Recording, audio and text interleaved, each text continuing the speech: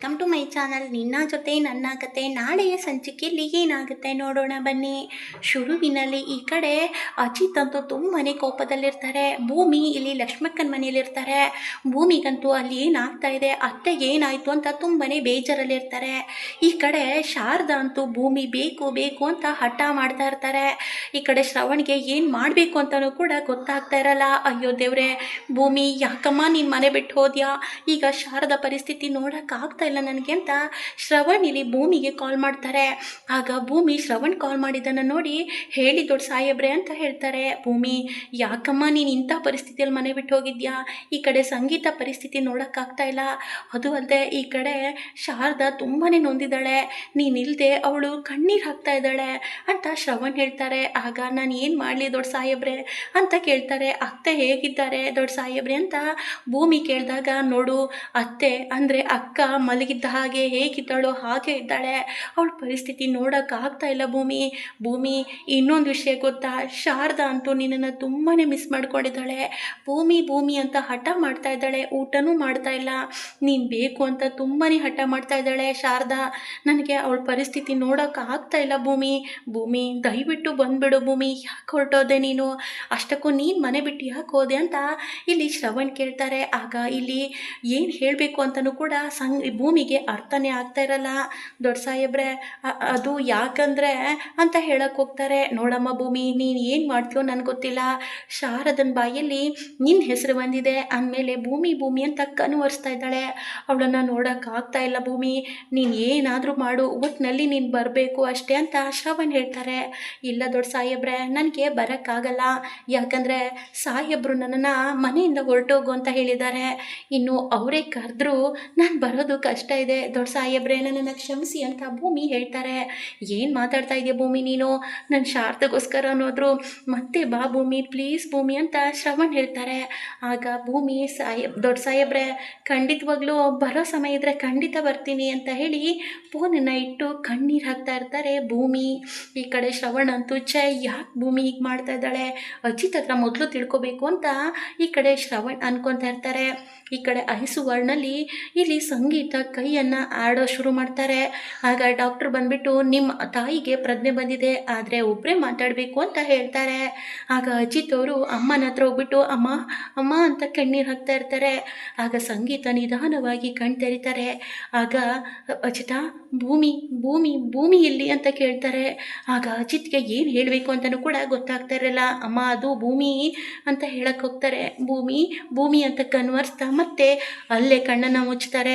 ಅದನ್ನು ನೋಡಿ ಅಜಿತ್ಗೆ ಶಾಕ್ ಆಗುತ್ತೆ. ಈ ಕಡೆ ಡಾಕ್ಟರ್ ಬಂದ್ಬಿಟ್ಟು, ನೋಡಿ ಅವ್ರು ಹೇಳ್ತಾ ಇರೋ ವ್ಯಕ್ತಿನ ಮೊದಲು ಕರ್ಕೊಂಡು ಬನ್ನಿ, ಇಲ್ಲ ಅಂದರೆ ಅವರಿಗೆ ಪ್ರಾಣಾಪಾಯದಿಂದ ಇದೆ, ಇಲ್ಲ ಅಂದರೆ ನಮಗೇನು ಮಾಡೋಕ್ಕಾಗಲ್ಲ, ಅವ್ರು ತುಂಬಾ ಅವ್ರನ್ನ ಕನ್ವರ್ಸ್ತಾ ಇದ್ದಾರೆ ಅಂದಮೇಲೆ ಅವ್ರನ್ನ ಆದಷ್ಟು ಬೇಗ ಕರ್ಕೊಂಡು ಬನ್ನಿ ಅಂತ ಹೇಳ್ತಾರೆ. ಆಗ ಅಜಿತ್ಗಂತೂ ತುಂಬಾ ನೋವಾಗ್ತಾ ಇರುತ್ತೆ. ಈ ಕಡೆ ಸತ್ಯಣ್ಣ ಬಂದುಬಿಟ್ಟು ಅಜಿತ್ಗೆ ಸರಿಯಾಗಿ ಬೈತಾರೆ. ಇಲ್ಲೇ ಅಜಿತ, ಯಾಕೋ ಹೀಗೆ ಮಾಡ್ತೀಯಾ, ಭೂಮಿನ ಯಾಕೋ ಮನೆಯಿಂದ ಹೊರಗಡೆ ಕಳಿಸ್ತೀಯಾ, ತಲೆ ಕೆಟ್ಟಿದ್ಯೇನೋ ನಿನಗೆ, ಅಷ್ಟಕ್ಕೂ ಇಂಥ ಪರಿಸ್ಥಿತಿಯಲ್ಲಿ ಭೂಮಿನ ಕಳಿಸೋದು ಅಂದರೆ ಏನು, ಈಗ ಅಮ್ಮನ ಪರಿಸ್ಥಿತಿ ನೋಡು, ಭೂಮಿ ಬೇಕು ಕಣೋ ಅಂತ ಹೇಳ್ತಾರೆ. ಇನ್ನೇನು ಸತ್ಯಣ್ಣ, ಅಲ್ಲ ಯಾರು ಯಾವುದೇ ಕಾರಣಕ್ಕೂ ಕಾಂಟ್ಯಾಕ್ಟ್ ಮದುವೆ ಯಾರಿಗೂ ಗೊತ್ತಾಗಬಾರ್ದು ಅಂತ ಹೇಳಿದರೆ ಅವಳು ಎಲ್ರಿಗೂ ಕೂಡ ಪಬ್ಲಿಕ್ ಮಾಡಿದ್ದಾಳೆ, ಅಮ್ಮಂಗೂ ಕೂಡ ಹೇಳಿದ್ದಾಳೆ, ಅಮ್ಮಗೆ ಇಂಥ ಪರಿಸ್ಥಿತಿಗೆ ಅವಳಿಗೆ ಕಾರಣ ಸತ್ಯಣ್ಣ ಅಂತ ಹೇಳ್ತಾರೆ. ಇಲ್ಲ ಅಜಿತ, ನೀನು ತಪ್ಪು ತಿಳ್ಕೊಂಡಿದ್ಯಾ, ಇಷ್ಟಕ್ಕೆಲ್ಲ ಕಾರಣ ಭೂಮಿಯಲ್ಲ ಅಶ್ವಿನಿಯಿಂದನೇ ಅಮ್ಮ ಈ ರೀತಿ ಬಿದ್ದಿದ್ದು, ಅಶ್ವಿನಿ ಹೇಳಿದ್ರಿಂದನೇ ಇಷ್ಟೆಲ್ಲ ಆಗಿದ್ದು, ಭೂಮಿದಿದ್ರಲ್ಲಿ ಏನೂ ತಪ್ಪಿಲ್ಲ ಅಜಿತ ಅಂತ ಸತ್ಯ ಹೇಳ್ತಾರೆ. ಅದನ್ನು ಕೇಳಿಸಿಕೊಂಡ ಈ ಕಡೆ ಅಜಿತ್ಗೆ ಶಾಕ್ ಆಗುತ್ತೆ. ಏನು ಹೇಳ್ತಾ ಇದ್ದೀರಾ ಸತ್ಯಣ್ಣ, ಹಾಗಾದರೆ ನಾನು ನನ್ನ ಕೈಯಾರೆ ಭೂಮಿನ ಮನೆಯಿಂದ ಹೊರಗಡೆ ಹಾಕ್ಬಿಟ್ನಾ, ಎಂಥ ಕೆಲಸ ಮಾಡಿಬಿಟ್ಟೆ ಅಂತ ಅಜಿತ್ ಅವರು ತುಂಬಾ ಭಯಪಡ್ತಾರೆ. ಇಲ್ಲ, ಮೊದಲು ಭೂಮಿನ ಕರ್ಕೊಂಡು ಬರಬೇಕು ಅಂತ ಅಜಿತ್ ಮನೆಯಿಂದ ಹೊರಡ್ತಾರೆ. ಈ ಕಡೆ ಭೂಮಿ ಮಾತ್ರ ಇಲ್ಲಿ ಲಕ್ಷ್ಮಕ್ಕನ ಮನೆಯಿಂದ ಹೊರಗಡೆ ಬರ್ತಾರೆ. ಮಳೆ ಬರ್ತಾ ಇದೆ, ತುಂಬ ನೀರಲ್ಲಿ ನೆನೆದಿರ್ತಾರೆ ಭೂಮಿ. ಆಗ ಅಜಿತ್ ಅವರು ಭೂಮಿ ಭೂಮಿ ಅಂತ ಕಿರ್ಚಾಡ್ತಾ ಇಡೀ ಎಲ್ಲ ಕಡೆ ಸುತ್ತಾಡ್ತಾ ಭೂಮಿನ ಹತ್ರ ಬರ್ತಾರೆ. ಭೂಮಿ ದಯವಿಟ್ಟು ನನ್ನನ್ನು ಕ್ಷಮಿಸು ಭೂಮಿ, ನೋಡು ಅಮ್ಮನ ಪರಿಸ್ಥಿತಿ ತುಂಬಾ ಕೆಟ್ಟೋಗಿದೆ, ನಿನ್ನನ್ನು ನೋಡಬೇಕು ಅಂತ ಇದ್ದಾರೆ, ದಯವಿಟ್ಟು ಬಾ ಭೂಮಿ ಅಂತ ಕಣ್ಣೀರು ಹಾಕ್ತಾರೆ ಅಜಿತ್ ಅವರು.